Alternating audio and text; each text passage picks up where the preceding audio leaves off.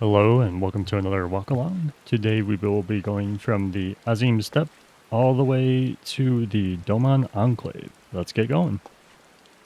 This walk along will probably be a lot more lore heavy based, just because I really like this location. The Azim Steppe, for any who have not seen the rather obvious pointings, is based off of the nation Mongolia, bordering both China and Russia. And we'll see a lot of influences on that with not only the wide open fields, but how the people live here, their cultures, as well as their living structures.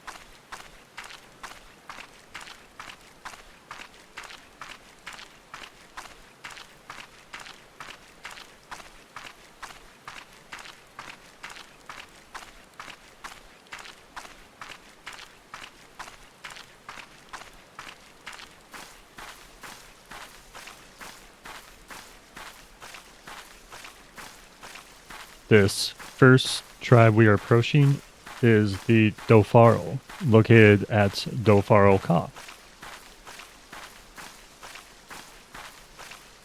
Here they have occupied a natural spring that occurs in this location, and given the Azim Steppes geography, having a source of water for many of these tribes is very important.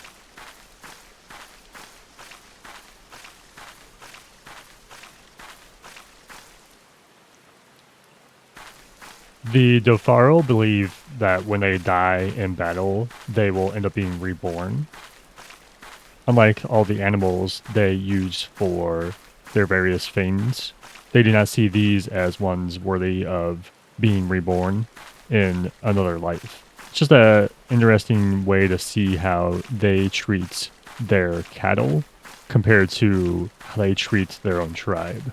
In many East Asian countries, there tends to be a lot more care taken into consideration for animals, and sometimes they're even worshipped or sacrificed to various deities.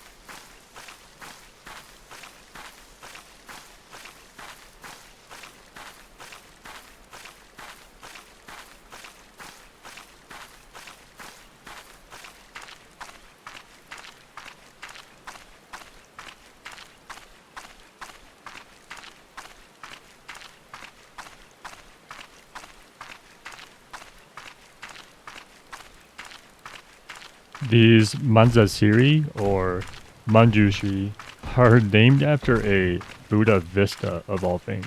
I find that a very bizarre choice, and one that translates into wisdom of all things as well. I guess they were just kind of throwing any references to Mongolia they could find into a lot of the things here. Or maybe there's some story about Manjushri that I am not aware of that could lead them to choosing this Yeti model. And even stranger yet about this is they're placed right next to the Namai desert. So this must be a very cold desert at night for them to justify having all this fur. Maybe they migrate between day and night, but obviously here in game we only find them here exactly all the time.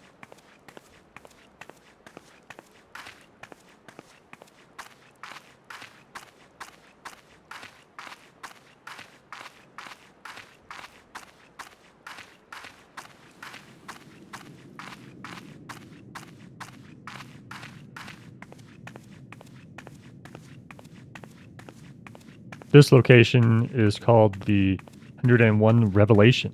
It is a place of worship, if that is hard to believe. Over here, you can talk to Badai, the sort of lore master of this place. Though all the people here just seem to have lots of lore dump. So if you want to get a little more insight into how their religions are practiced, this is a good location to come to. Here on the wall, you can also see these murals, which are quite faded.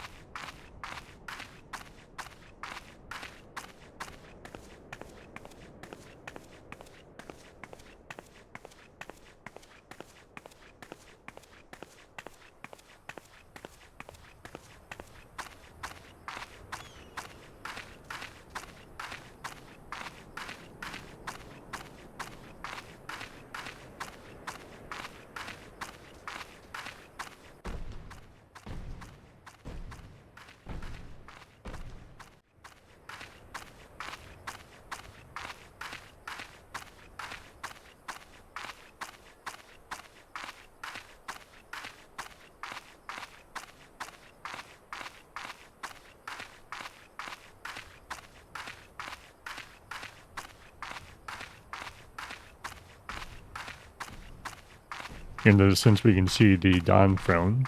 If you've gone for the story, you're quite familiar with this location. In this walk along, we won't be going up there. We'll just be seeing it from a distance.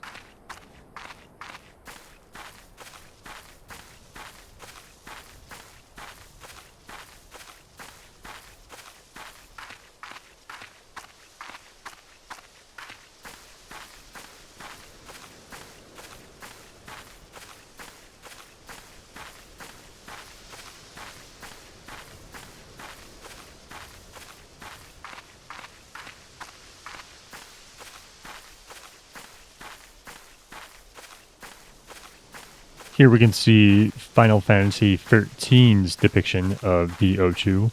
Quite a departure from the previous titles, where they almost look like they were wearing a tutu of a flower before.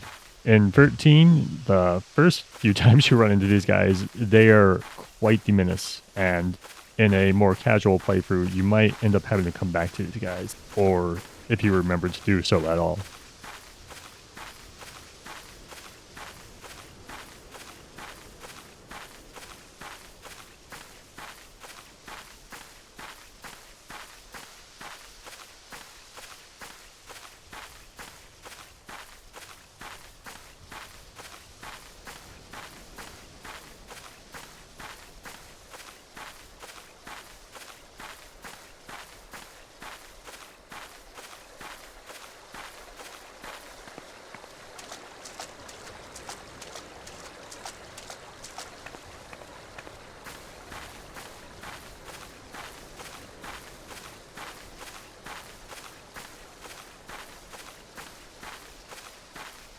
Now we're going to head over to Dhoro Iloh real quick to visit the Namazu.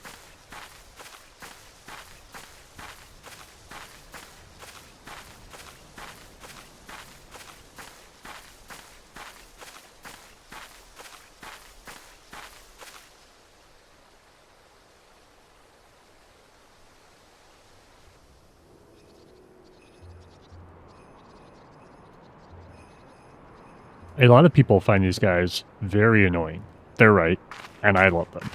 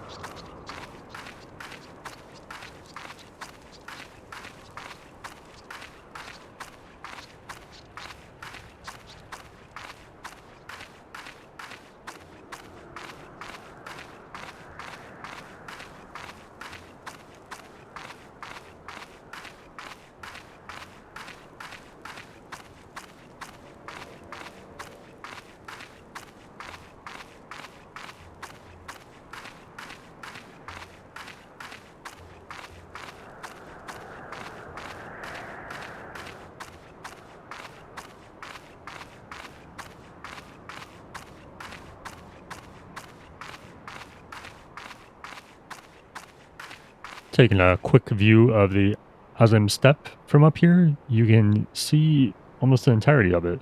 Makes for a nice viewing spot, as long as you can tolerate the Namazu theme song, that is.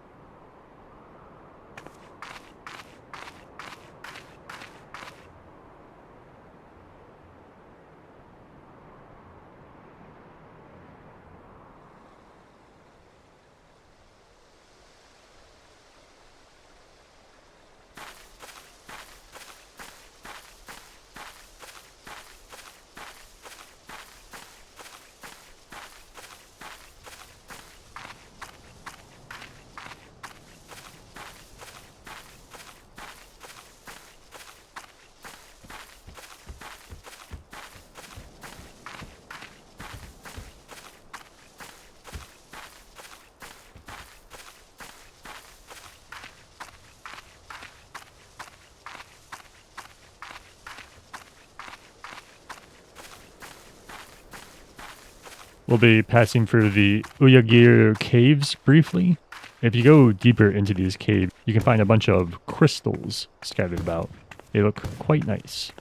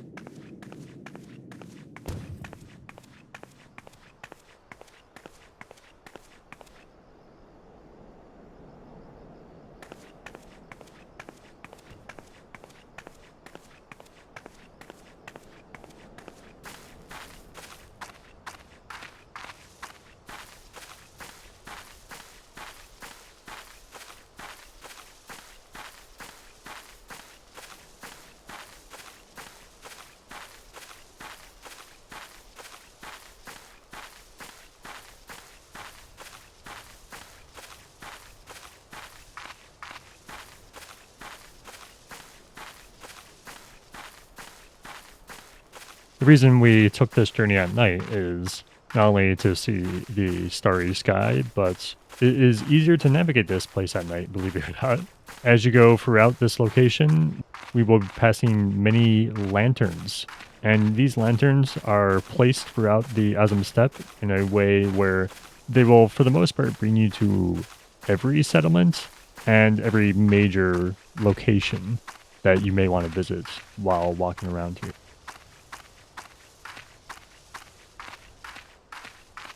As we go to this first lantern, we'll be passing through the Seal Aeon.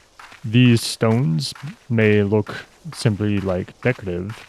They're in fact murals depicting the songs of the many tribes scattered throughout the Azim Steppe. In the lore, it's said that when the wind blows, these start to play music of those songs. So think of them as giant flutes, I guess.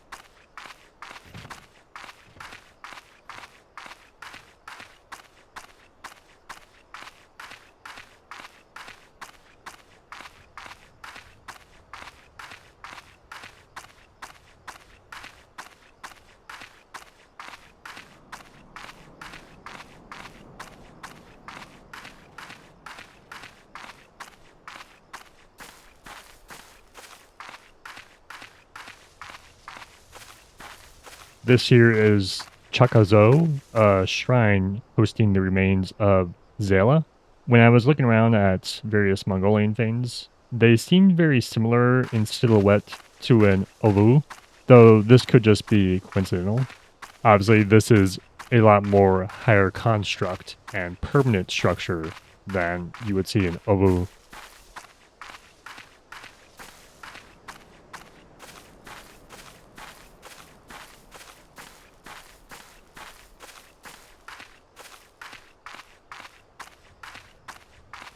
These NPCs at the Fate are going crazy. I do not know what's going on. They cannot find an enemy to attack to save themselves.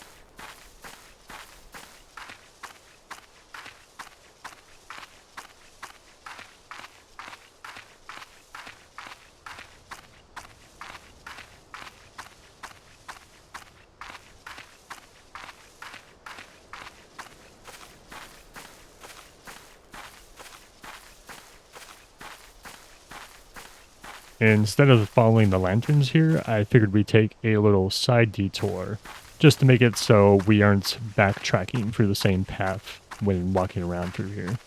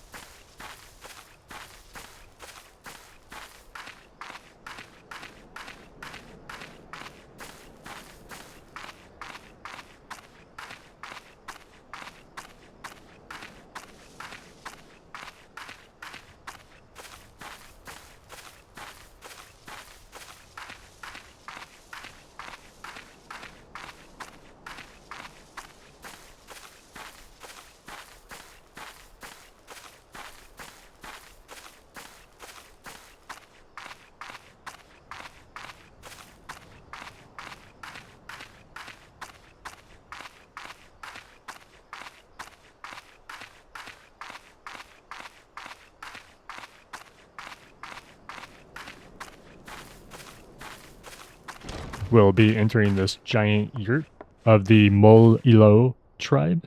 As with many of the tribes of the Azim steppe, they are nomadic. So a lot of the stuff that they possess is meant to be carried with them to their next location. And a bit of a funny twist on that These yurts do not seem the most portable of things, containing an entire throne, multiple cupboards, and a very well-constructed floor. Not something I would be wanting to carry around. And when you see their pack mules that they use to pull carts, you'll probably be double guessing that as well.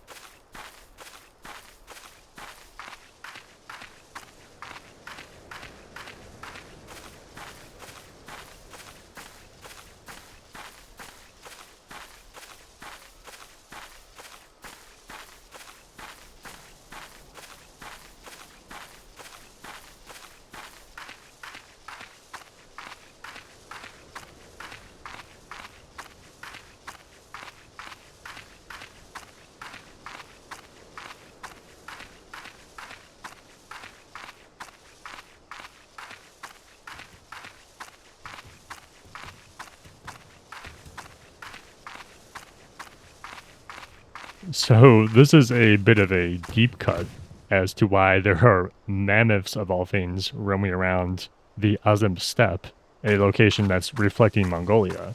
There was a species of mammoth called the steppe mammoth that has ties back to Inner Mongolia locations, as well as other places within Asia. So this is quite literally a steppe mammoth.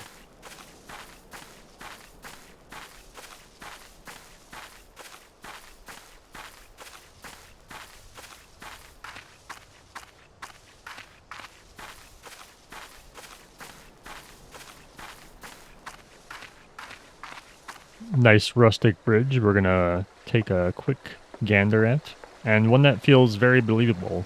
It looks like it was hastily assembled with simply cut logs and rope. Nothing too fancy going on here, which fits in line with the nomadic nature of the cultures that live here.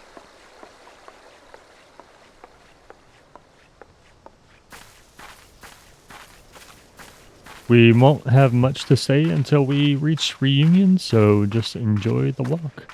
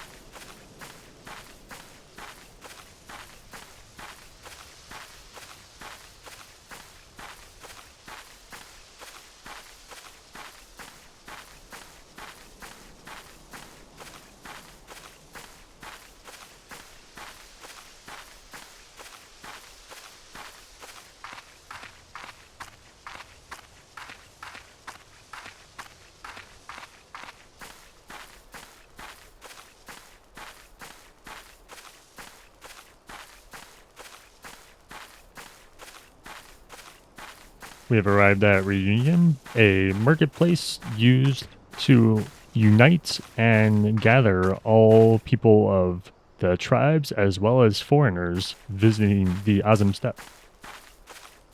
Here we can see a Zoe, and this is what they use to pull their carts.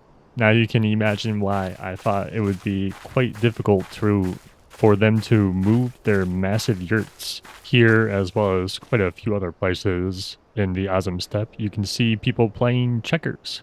Maybe one day we'll get this as a mini game in the Gold Saucer. Another thing for people to learn, though a bit easier than Mahjong, I'd say.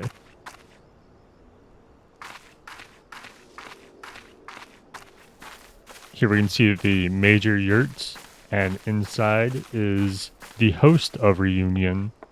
As you talk to all the Katsir here, you will learn that none of them like to talk. And this is because they believe all words are lies. An interesting choice for NPCs who are meant to unite and host so many different people at once. It must make communicating with foreigners difficult.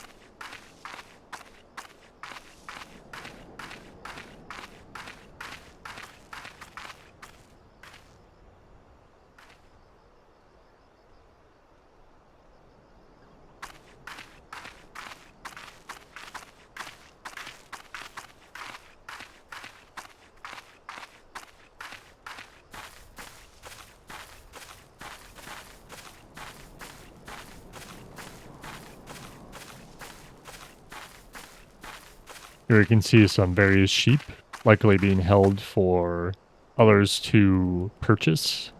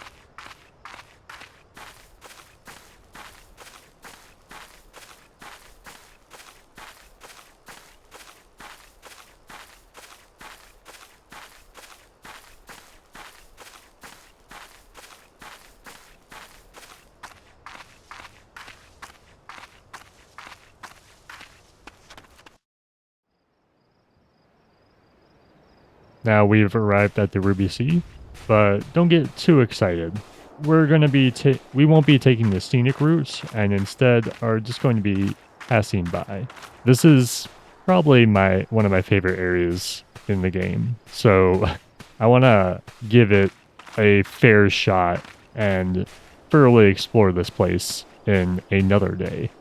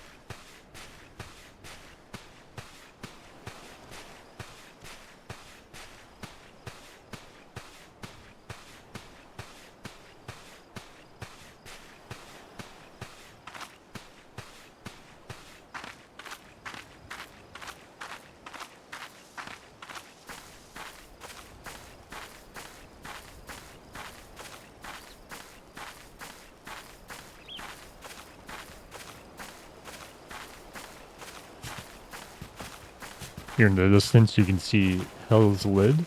This place holds the four lords at Raisin Temple.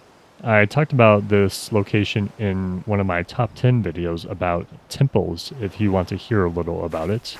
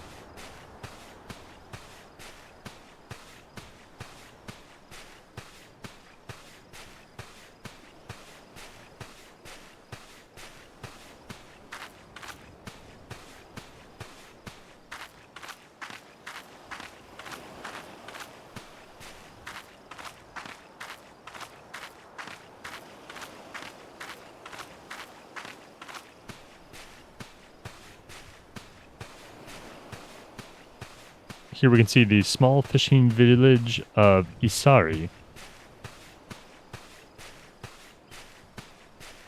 A lot of the NPCs in this location have some interesting idle animations to them.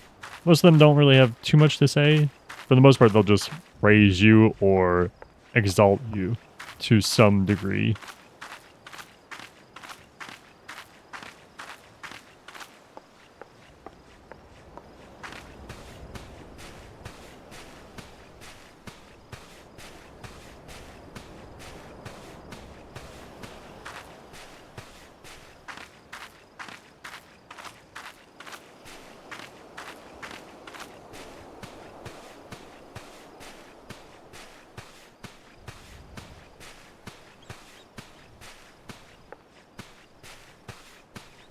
We're going to go up to this tower real quick and take a look around.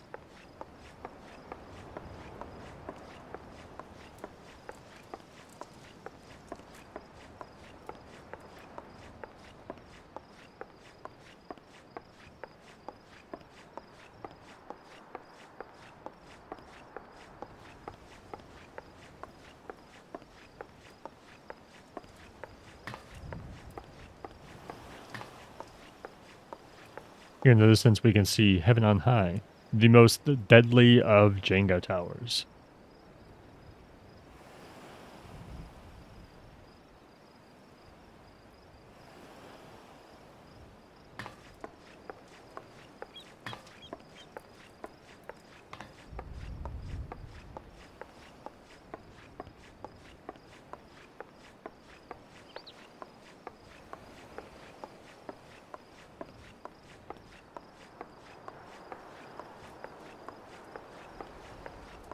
This lady here is doing one of the sitting poses for, I believe it's the male Mikote. I think that's a bit unfair that she gets to do that pose and we can't. Maybe someday they'll give us poses of both male and female on any character.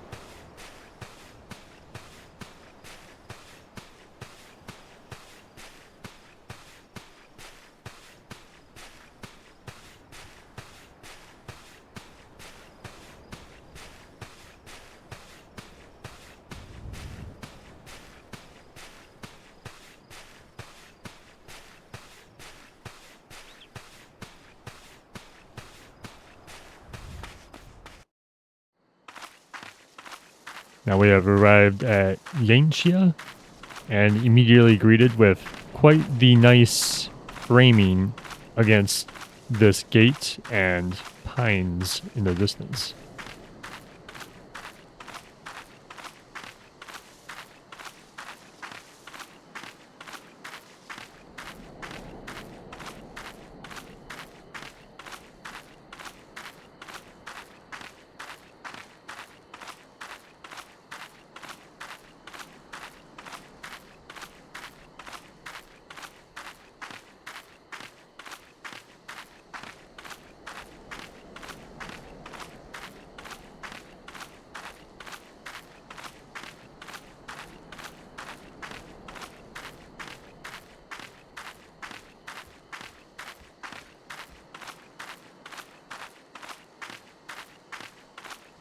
I know these tigers seem big when you're fighting them, but zoom in that camera and they are massive.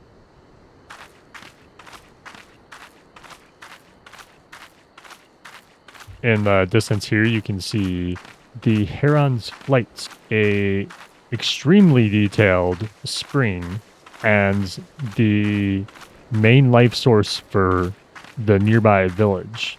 I go into some detail about this location in a top 10 video on waterfalls.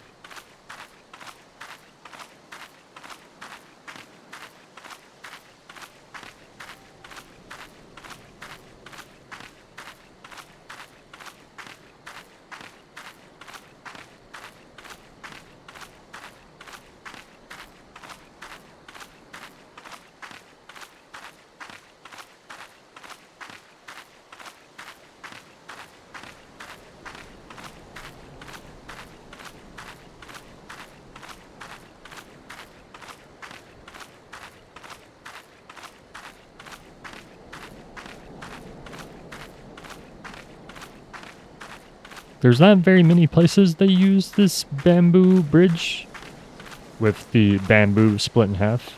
I guess it's kind of hard to use this bridge without it feeling out of place in a lot of locations because of how simplistic it is in nature.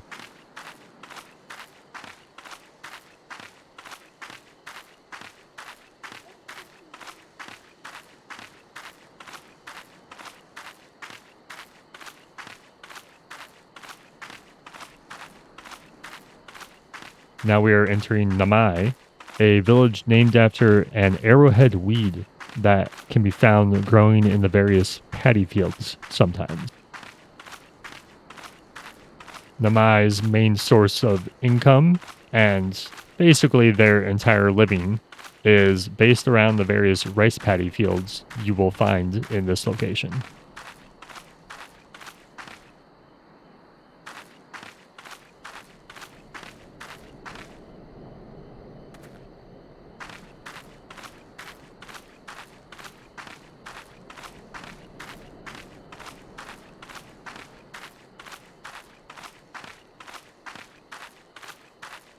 We can see some tiny blossom trees. This lady remarks about them in a poetic way.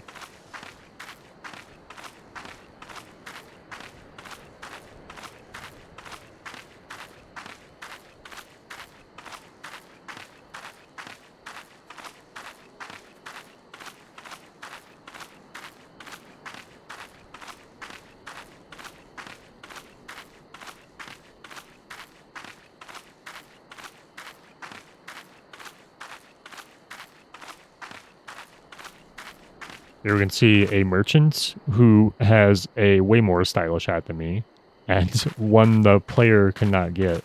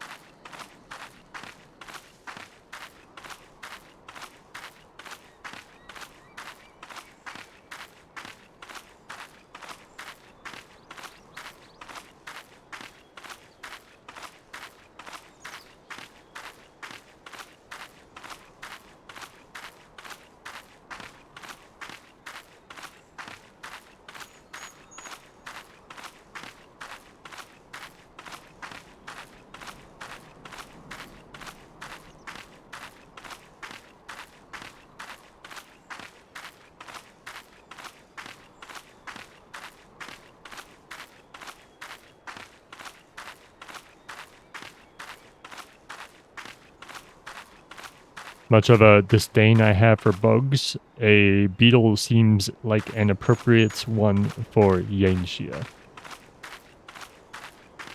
Here we get another beautiful framing on this gate. They really were particular with how they place these, as we can see the castrum when we pass through.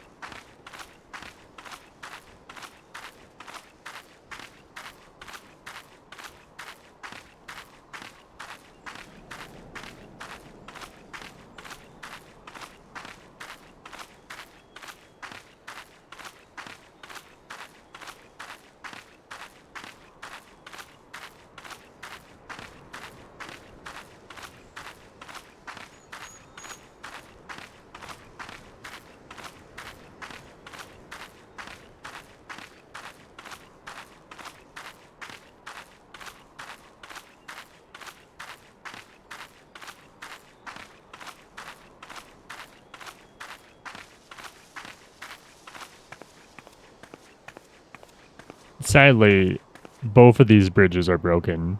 It would have been nice to see what they look like fully constructed, or maybe even have some situation where we repair them. But I assume having multiple instances is something they want to avoid for the most part.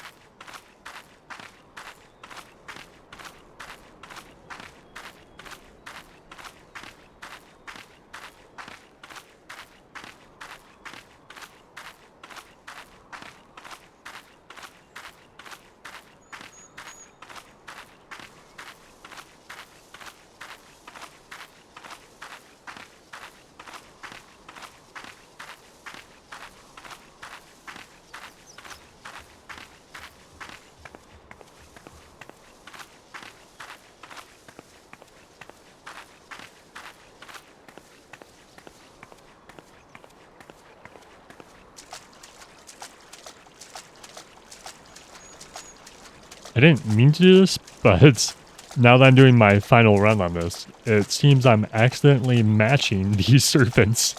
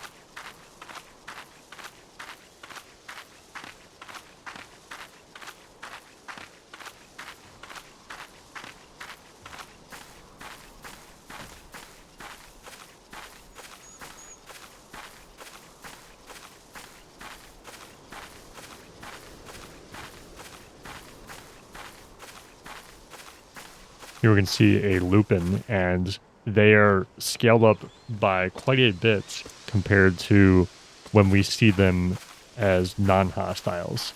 It's a subtle change in size, but one that makes sense when the player is gonna have their camera zoomed out all the time.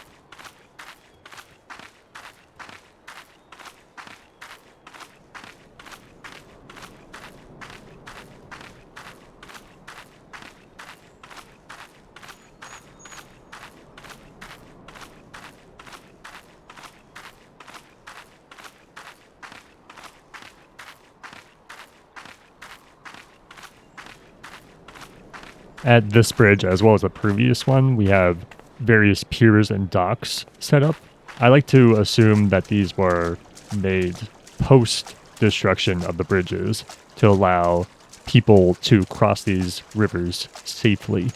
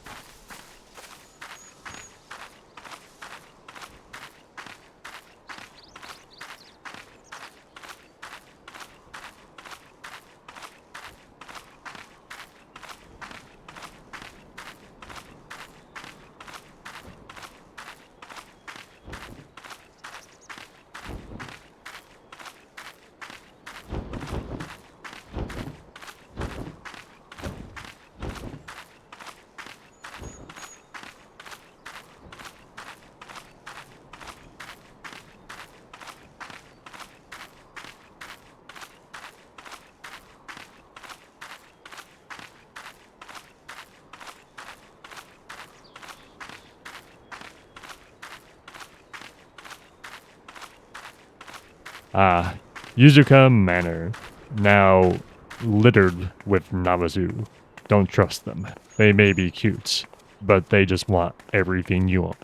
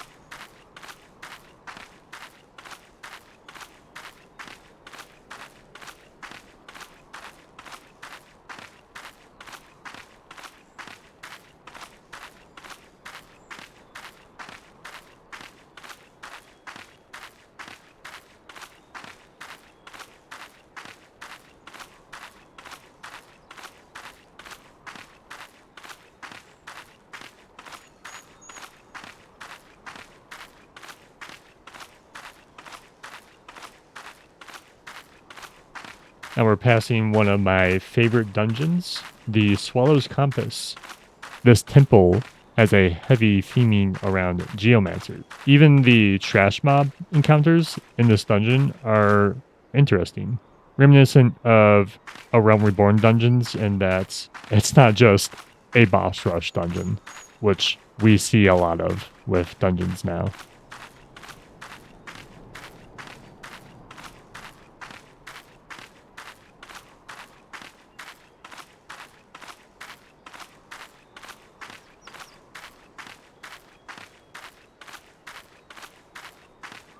We're going to take this sneaky side path down to the docks that will lead us to the Doman Enclave.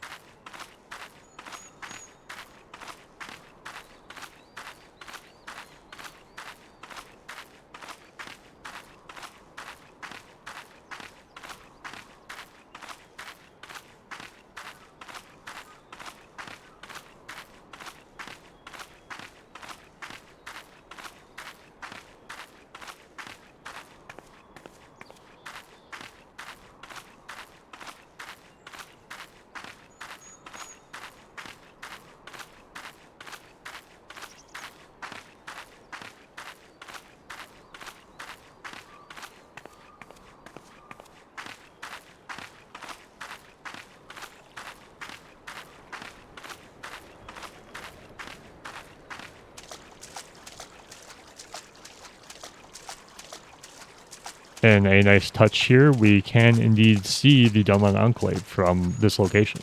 And when we arrive at the pier, we will be able to see some other various locations in the distance.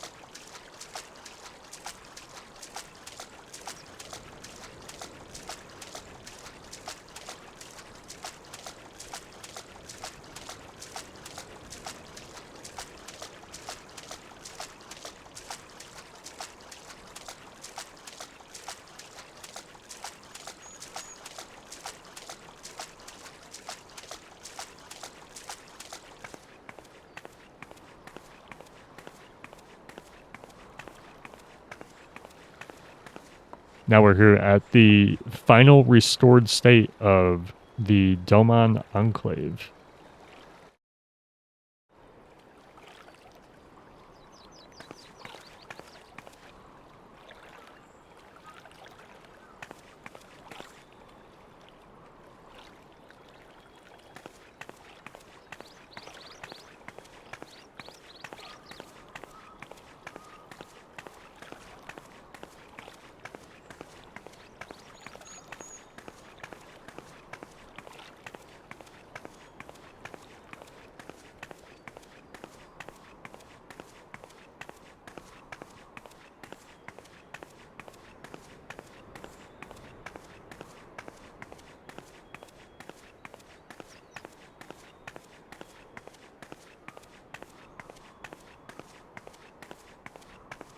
Over here in the yard, we can see Suranuki, who contributed a great deal into helping restore the Doman Enclave.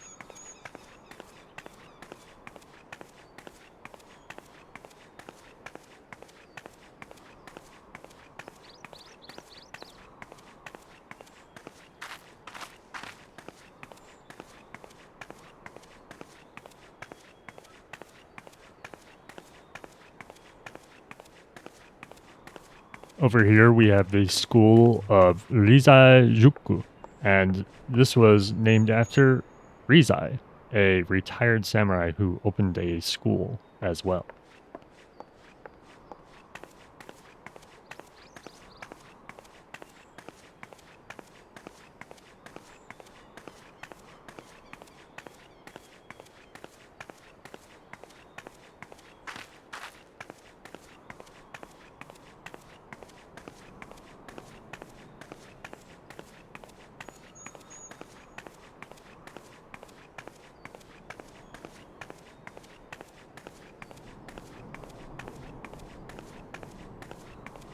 I was hoping I would have arrived here at night, but we did not.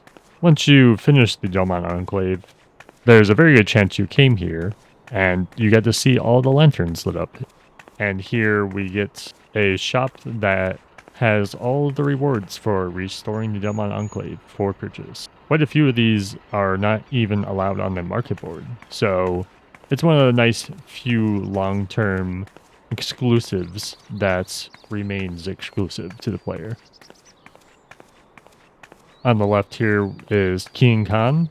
Originally, I was going to do New Game Plus to show the inside of this location, but there's not really much to see inside there. The walls are pretty with all these decorative drawings, but it's mostly just a big square.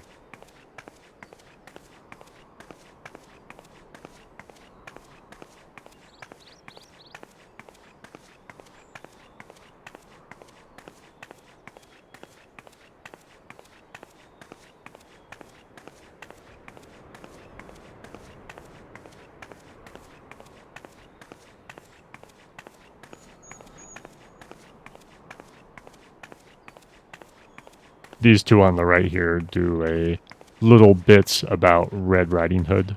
If you've passed them too quickly, you might have missed it.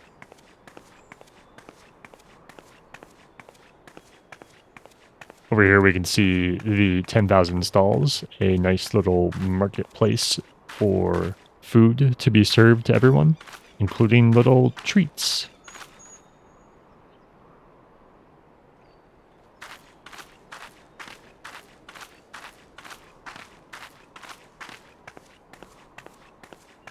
As we approach the barracks here, you'll see this guy with these two sticks in his hand. These were used in the past to not only bring attention to the townspeople, but also used as a warning, depending on how these two pieces of wood were smacked together. You may have seen these shown in many old Japanese films. Over here in the Enclave barracks, we can see many of the people training with man catchers, of all things. These were usually used by police in the Japanese feudal periods, as well as being adopted by basically everyone. I don't know if these originated in China. I'm not sure exactly where the man catcher originated. It's such an ancient tool. And the ones they're using here, they look like they are training man catchers because they are made entirely out of wood. Usually man catchers have a metal head to them, and these ones are clearly meant to subdue based on the lack of spikes on them. Some of the more violent-looking ones have all kinds of sharp blades on the inner parts used to mangle people.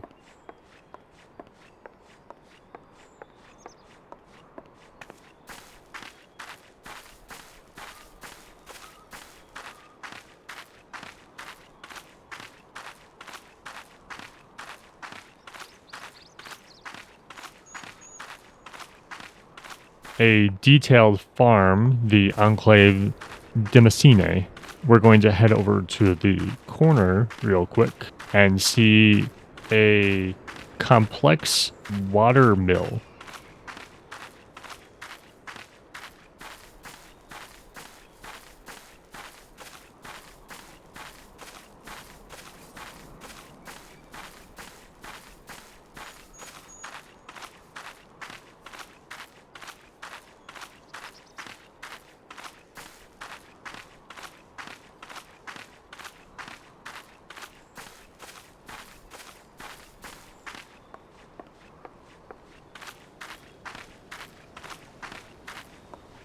Now that we're over here, we can see the wood logs getting lifted up and dropped down using the gravity to help mill all the grains that are coming from the fields here. There's so many small details packed into the Doman Enclave.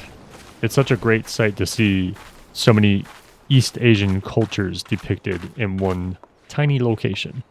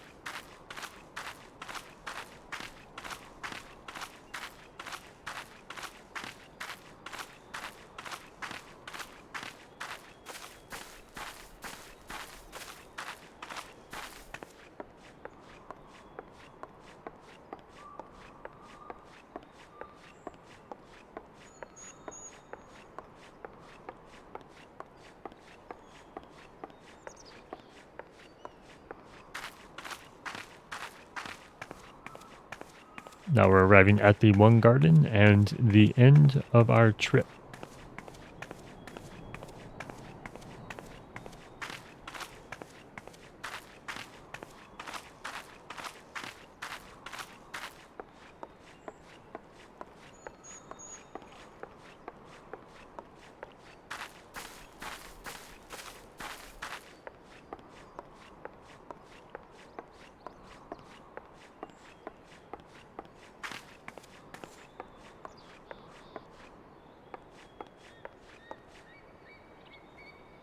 That was a fun hike to go on.